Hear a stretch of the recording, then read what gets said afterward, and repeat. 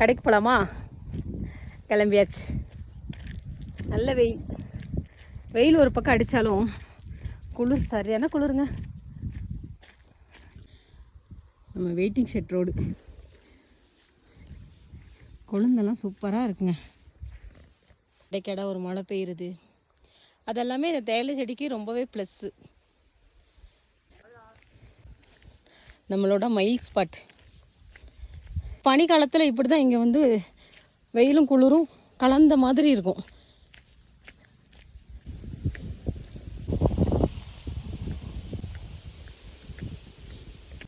மந்தி ஸ்பாட்டுக்குள்ளே வந்தாச்சு.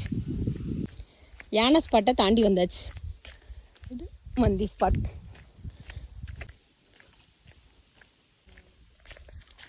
என்கிட்ட நிறைய பேர் கேட்குற விஷயம் என்னென்னா, அக்கா எப்படி இவ்வளோ பாசிட்டிவாக இருக்கீங்க, உங்களுக்கு வரக்கூடிய ஒரு சில பிரச்சனைகள்லாம் எப்படி நீங்கள் ஈஸியாக ஹேண்டில் பண்ணுறீங்க அப்படின்ற மாதிரி.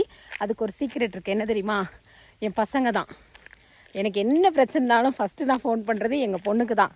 ஐஸ்மா, இந்த மாதிரி ஒருத்தங்க பேட் கமெண்ட் பண்ணியிருக்காங்க அப்படின்னு சொன்னோன்னா, பண்ணட்டும் அடுத்த வீடியோ போடுங்க அப்படின்னு சொல்லும். நம்ம இருக்கிற நிலைமைக்கு இதெல்லாம் நமக்கு தேவையான்னு சொன்னோம். நம்ம நிலைமை என்ன மோசமாக இருக்குது, நம்ம நல்லா தானே இருக்கோம் அப்படின்னு சொல்லும். மனசுக்கே சரியில்லைம்மா அப்படின்னா, ஏன் மனசுக்கு சரியில்லை? நான் என்னெல்லாம் நெகட்டிவாக சொல்கிறனோ அதுக்கு அப்படியே ஆப்போசிட்டாக பேசி மைண்டை வந்து அப்படியே டைவெர்ட் பண்ணி விட்ரும். அப்புறம் வீட்டில் யாரும் அமைதியாகவோ சோகமாகவோ சங்கடமாகவோ இருக்கவே கூடாது. எங்கள் பொண்ணுக்கு அது வந்து ஜாலியாக கலகலன்னு இருக்கணும்.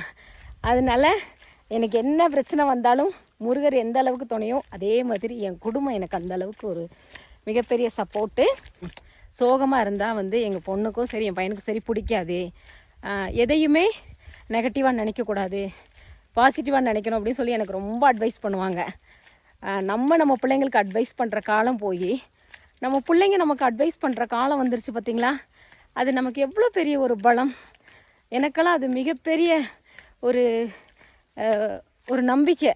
என் பிள்ளைங்க வந்து அந்தளவுக்கு என்னை வந்து தைரியப்படுத்துகிறாங்க. பேசிகிட்டே நான் கீழே வந்துட்டேன், டேம் கிட்டே வந்துட்டேன்.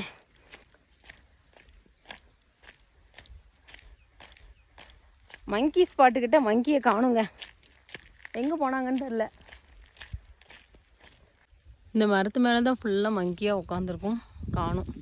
இங்கே ஒரு தேன் கூடு இருந்துச்சு, அது எங்கன்னு தெரில, களைஞ்சிட்டு போல.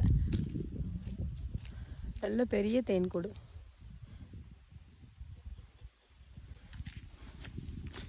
டேம் கிட்டே வந்துட்டேன். இதுக்கப்புறம் போயிட்டு கடையை ஓப்பன் பண்ண வேண்டியதுதான்.